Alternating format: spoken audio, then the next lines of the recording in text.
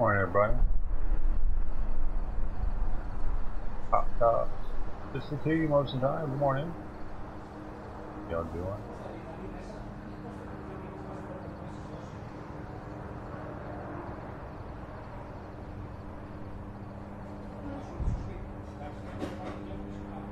Hot Tops is the first one here. We got the UN talking today. We got a special conversation. Oh, I gotta sneeze. Oh, it went away. Ah! Here we go. I'm here. To Veniceland.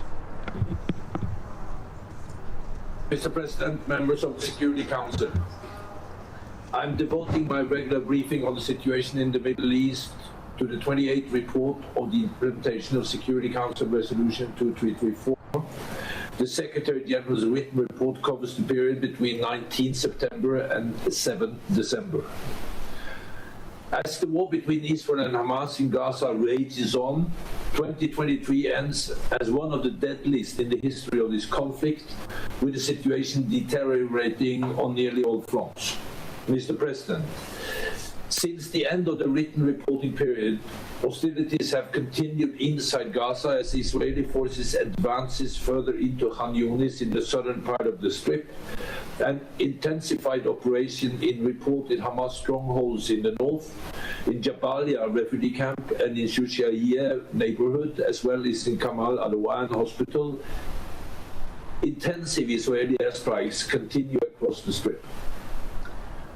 Over 1,000 more fatalities, overwhelmingly Palestinians, have taken place. The toll on civilians, including women and children, remains unbearable.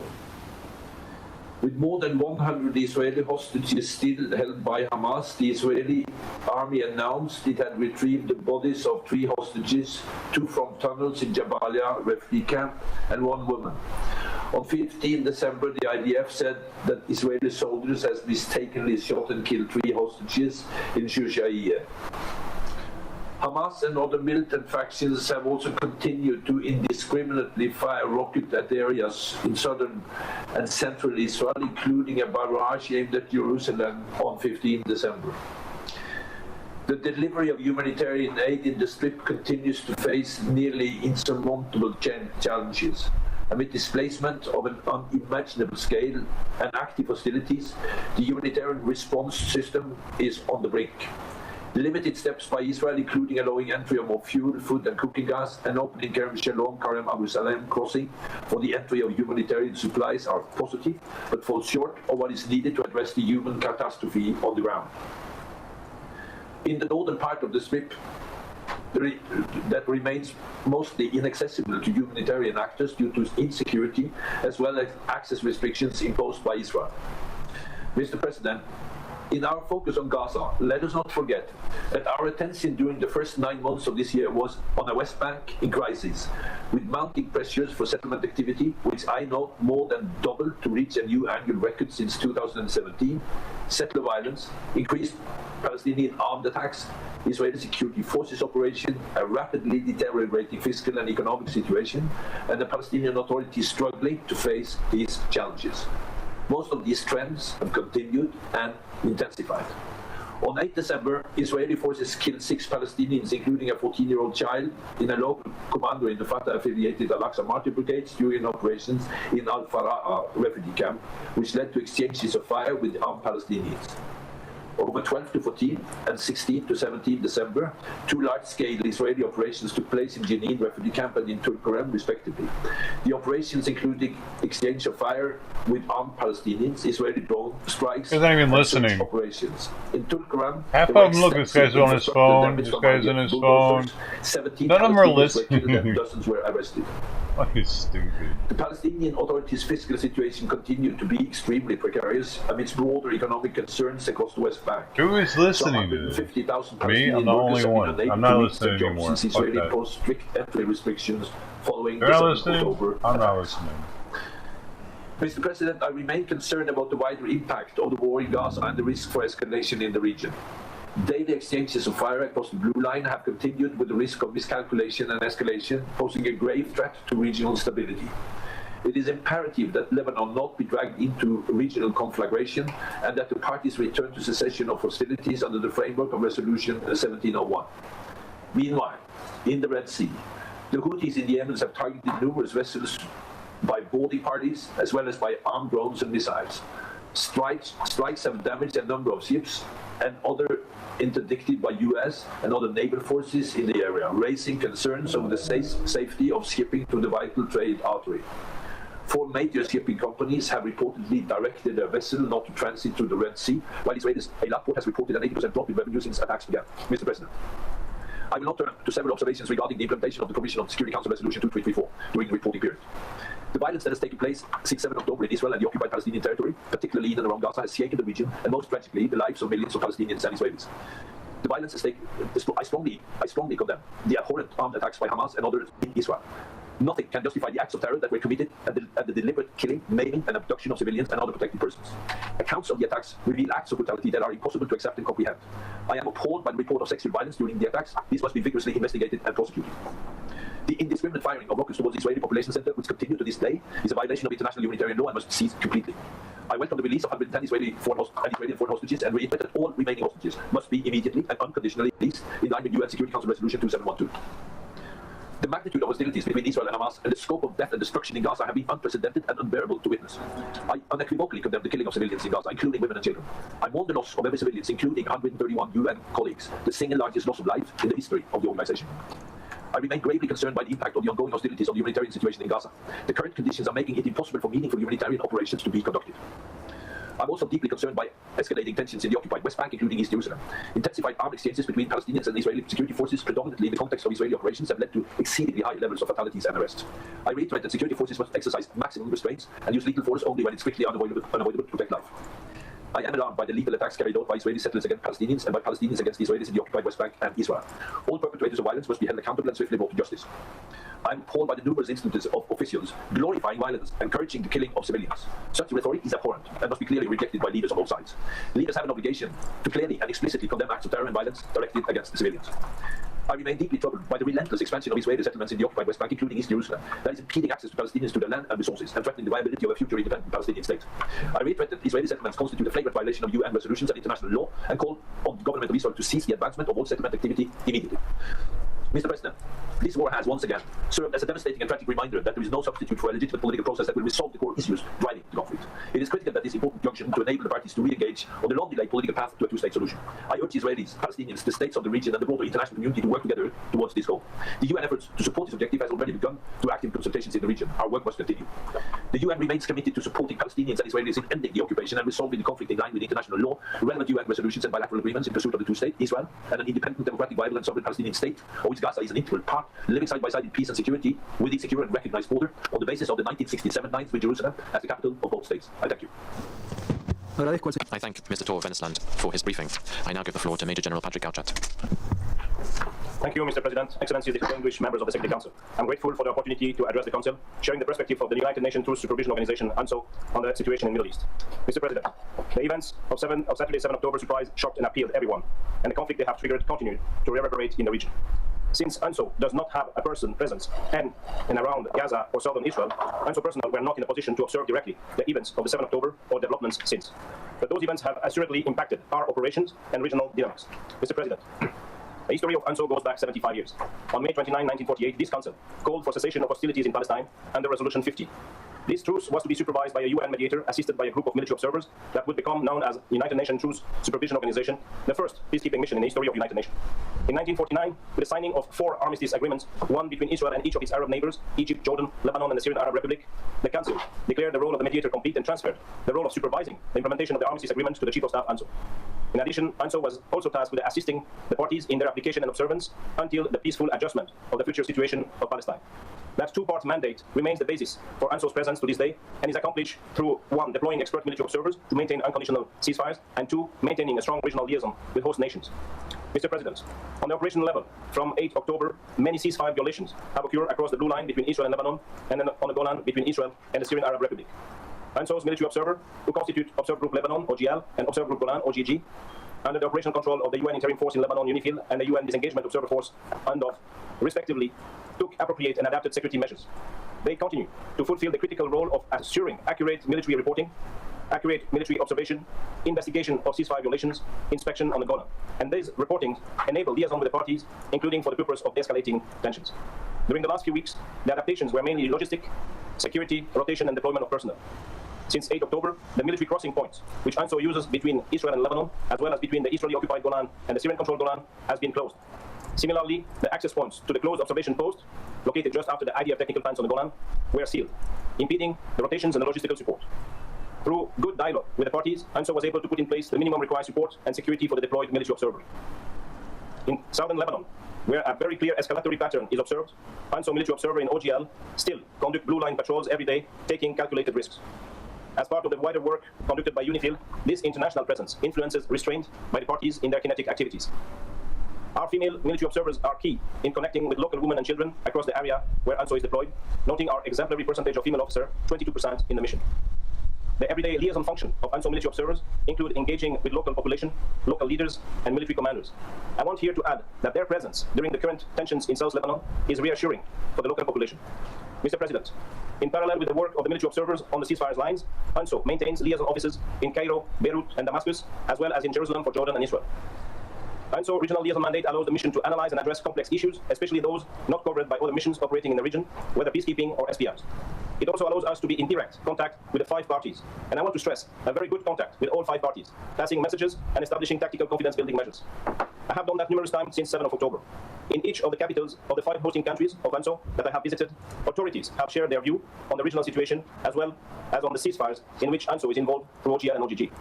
For instance, on the Blue Line area, officials of both Israel and Lebanon communicated to me their willingness to improve security and implementation of the Security Council Resolution 1701. On the Golan, both Israel and Syria mentioned to me their very strong will to keep the armistice in place, and they also shared their concerns and their expectation of the peacekeeping system. On this basis, I shared, of course, these messages with the parties and my relevant UN colleagues, as this contributes to the overall effort of the United Nations for peace in the region. During these exchanges, I systematically try to diffuse potentially dangerous situations, clarify positions, and ensure my interlocutors that I would pass their messages. This was always well received by the parties. Mr. President, in conclusion, UNSO continues to perform its regional mandate. You can rest assured that UNSO is a vibrant mission of women and men, national and international, military and civilian, true to the concept of unarmed military observer mission, operating with the consent of the 5 countries and parties. As the regional situation evolves, we will continue to contribute towards the comprehensive, just and peaceful resolution of the situation in the Middle East, consistent with the mandates given by this Council. Thank you, Mr. President. I thank Major General Gauchat for his briefing. I now give the floor to those council members who wish to make statements. I give the floor to the representative of the United States. Thank you, Special Coordinator Venzlin and Head of Mission Gauchat, for your briefing. Colleagues, over the last few days and weeks, we have shared many of our thoughts on the subject, and we will have more to say later in the day. But right now, a few things bear reiterating. That the atrocities Hamas committed on October 7 must be condemned. That we must pursue justice for the victims of horrific sexual violence perpetrated by Hamas on and after that day. That Israelis still face barrages of rocket fire to this day, rocket fire launched by Hamas from civilian infrastructure in Gaza at civilians in Israel. That civilians must be protected, and that humanitarian aid must reach those who desperately need it. That Hamas must not be allowed to control Gaza for the sake of Israeli and Palestinian safety alike, and that Israel has the right to protect its people from terrorism. That regional actors, including the Houthis, must not exploit and widen this conflict. That UNRWA must be supported, and the United States has provided more than $422 million to its 2023 appeals to that end. And that ultimately, we must all work towards a 2-state solution, which serves as the only foundation for a truly sustainable peace. Of course, as Special Coordinator Venzlin highlighted, the events that have unfolded in the West Bank over the last year have moved us farther away from that reality. That includes the ongoing construction of settlements in the West Bank, which undermines the possibility of a Palestinian state. And it includes a sharp and alarming uptick in settler violence. Especially because, even before Hamas's attack on October 7, 2023 was the deadliest year for Palestinians in the West Bank since 2005. Colleagues, the United States condemns these violent attacks, period. We believe the perpetrators must be held accountable. As Secretary Blinken announced earlier this month, we will continue to issue visa bans to extremist individuals who have undermined peace, security, and stability in the West Bank. Already, we have implemented this policy for dozens of individuals and their families under this policy. And we have repeatedly underscored to the Israeli government that it, too, must do more to investigate this violence and hold extremist settlers who have committed it responsible. More than that, Israeli officials must not fan the flames of this violence with incendiary, dehumanizing rhetoric. Because we have seen the ways in which words have consequences, not only in the West Bank, but around the world. Over the past 2 months, we have witnessed a spike in anti-Semitism and Islamophobia, both online and in our communities, including in our own backyard here in New York City, where just a few blocks north, a halal food vendor faced vile, bigoted harassment. Where just over the river in Brooklyn, a Jewish man was brutally beaten in front of his family's home. Rhetoric matters. and we must do more to prevent this dangerous dehumanization. There are two more subjects I want to address today. The first is what faces those reporting in the region. Because today, journalists are not just witnessing what is happening, they are experiencing it, all of it. Scores have lost family members, like Al Jazeera's Wael Dahdouh, who was himself injured last week. Others have been displaced from their homes or gravely injured on the job. And far, far too many have been killed, making this the deadliest period in memory for journalists. Colleagues, there are few callings more noble than telling the truth. Journalists' words change hearts and minds and move people to action. And in this moment, more must be done to protect them. Colleagues, the final note I want to end on is about the hostages. Earlier this week, our mission met with young Israelis whose loved ones are still being held captive in Gaza. I wish I could turn that fucking sound off, man. That we would tell those stories to this council. Thanks so, Hot Tops. 12 months in a row. And Nikal Levy, whose sister, Nahama, was kidnapped by Hamas. So Yeah, many I of wish us I could have seen a turn video of her that being forced sound into a jeep at off, gunpoint, though. her hands tied, and her pants bloody. But what so many of us don't know is Nahma's story. The fact that she was a peace activist, with connections with Palestinians in an effort to chart a brighter future. Who dreamed of being a diplomat, and maybe even sitting in this very chamber. Whose smile is missed every single day.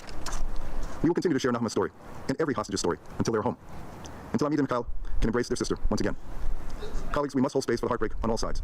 For all whose lives have been disrupted and destroyed by a conflict that Hamas set in motion, that Hamas restarted after a week-long humanitarian pause, and that Hamas could once again end by simply releasing the hostages. For all those who have suffered in Israel, in Gaza, in the West Bank, and around the globe, let us work in good faith to end this cycle of violence and sow the seeds for a lasting peace. Thank you, Mr. President.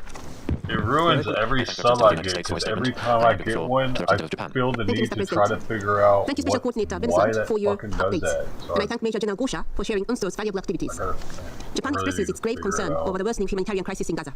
Following the resumption of fighting after the breakdown of the humanitarian pause, airstrikes and ground operations, especially in the southern Gaza Strip, have led to a significant number of civilian casualties. The total death toll in Gaza is approaching 20,000. Two-thirds of the victims are reportedly women and children. This must stop. UNRWA facilities are overcrowded, with displaced Palestinians. Hunger is alarmingly on the rise, and communicable diseases are rapidly spreading. As UNRWA's Commissioner General Lazzarini put it, everywhere you go, people are desperate, hungry, and terrified. It is critically important that Israel abide by international law, including international humanitarian law, in order to prevent harm to innocent civilians and basic civilian infrastructure.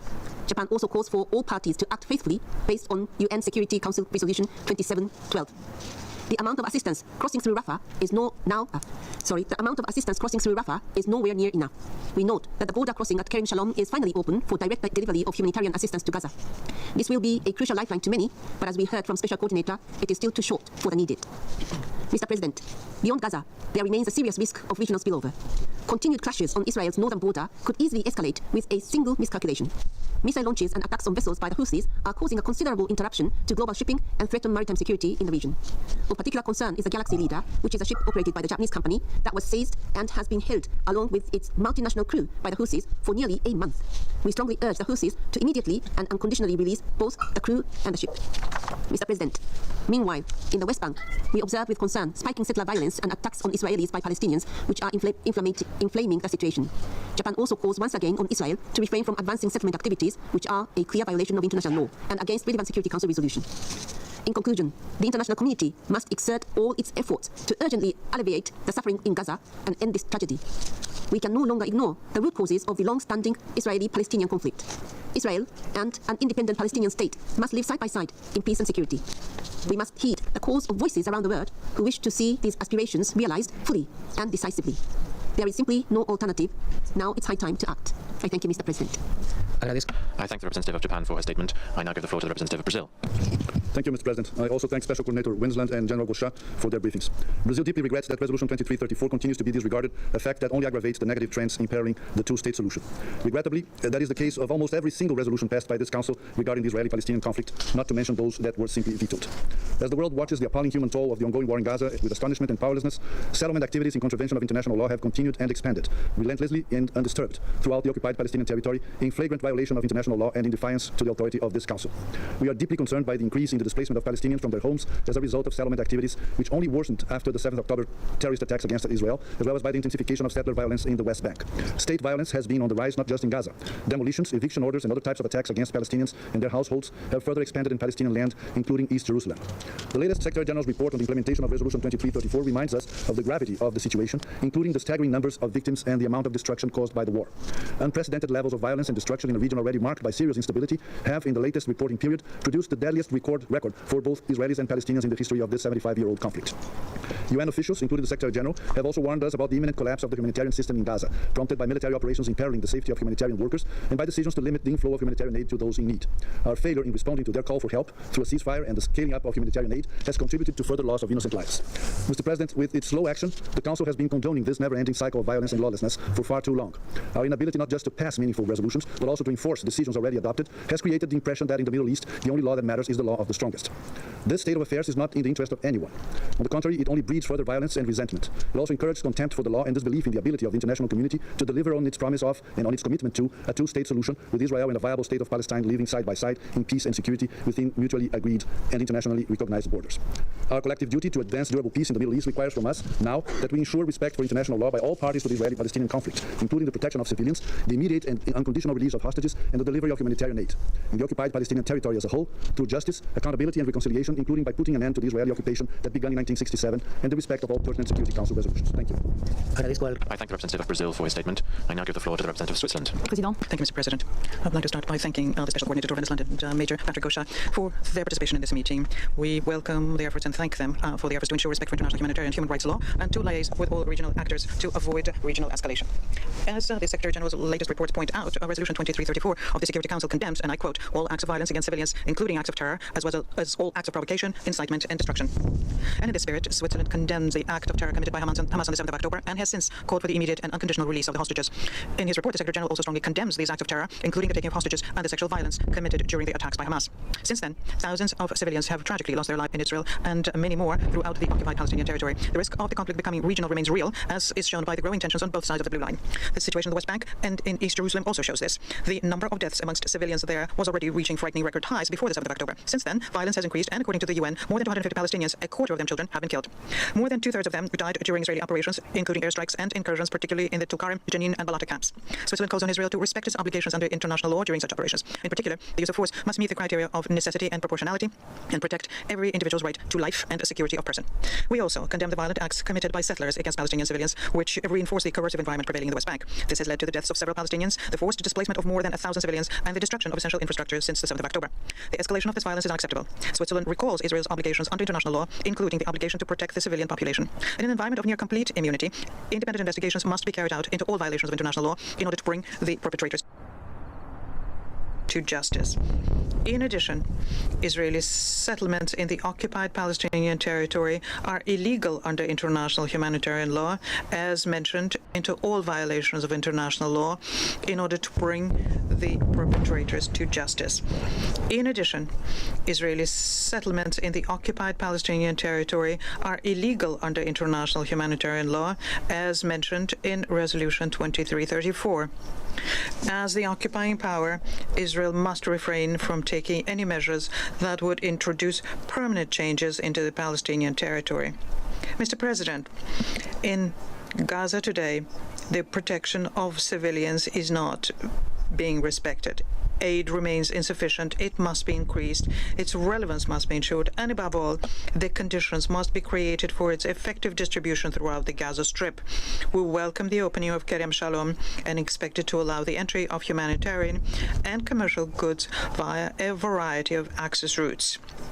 In view of the catastrophic humanitarian situation in the Gaza Strip, with a real risk of a collapse of this social order, we hope that this Council will be able to shoulder its responsibility and speak out in support of the Gazan civilian population in need. While we recognize Israel's right to ensure its defense and security, we call on the parties to the conflict to respect international humanitarian law, in particular to fulfill their obligations in the conduct of hostilities, and in particular to respect the principles of proportionality, distinction, and precaution in all circumstances. We must support any process that promotes peace and security. The full, equal, and meaningful participation of Palestinian and Israeli women is essential. The two-state solution is the only foundation for peace and stability in the region. We must help to rebuild this foundation for two democratic states, Israel and Palestine, of which Gaza is an integral part, living side by side in peace within secure and recognized borders. I thank you. I thank the representative of Switzerland for her statement. I now give the floor to the representative of Mozambique. Thank you, Mr. President. Mr. President, Mozambique commend Ecuador's presidency for convening this briefing on the situation in the Middle East, including the Palestinian question. We extend our sincere gratitude to the briefers, Mr. Tor Winsland, UN Special Coordinator for the Middle East Peace Process, and Major General Patrick Gauchin, Head of the United Nations Truth Supervision Organization, for the insightful briefing on the Middle East peace and process. Mr. President, Mozambique, along with other members of the Council, has voiced grave concern regarding the situation in the Palestinian occupied territory. Specifically, we highlighted several critical issues, such as the expansion of settlements, violence against civilians, inflammatory language, and other provocations between the parties. All these activities are flagrant violations under the international law and contribute to aggravate the tensions as well as an obstacle to the peace in the region. It is crucial for all parties involved to exercise maximum restraint, prioritize dialogue, and work towards de-escalating tensions. The international community must continue to advocate for a just and peaceful resolution to this long-standing conflict. Mr. President, we are deeply concerned by the worsening humanitarian crisis in Gaza. The ongoing conflict between Israeli forces and Palestinian armed groups has exacerbated the situation, leaving thousands of people in desperate need. Acknowledging the situation on the ground, Mozambique appreciates the tireless efforts of all stakeholders and the international community to advance the peace process. We therefore welcome several initiatives, including the high-level meetings hosted by Jordan, Egypt, Qatar, the United Arab Emirates, and Saudi Arabia, United States of America, Muslim and Arab leaders, Organization of Islamic States, League of Arab States, among others, to address the current crisis. Mr. President, equally important is a demonstration of goodwill by both parties, and in this vein, the immediate release of hostages is of paramount importance. Let us collectively work towards a humanitarian pause and de-escalation of the conflict to safeguard lives and uphold human dignity. Given the dire situation, we call for immediate implementation of Resolution 2712 to ensure the timely delivery of vital goods and services for civilians' well-being and protection, especially children and women. There is an urgent need to scale up and improve humanitarian access into Gaza. Lives are at stake, and we have a duty to help the most vulnerable, including children and women. We believe that only an immediate suspension of hostilities can allow for the safe and hindered humanitarian access and the delivery of life-saving assistance to the desperate civilian population.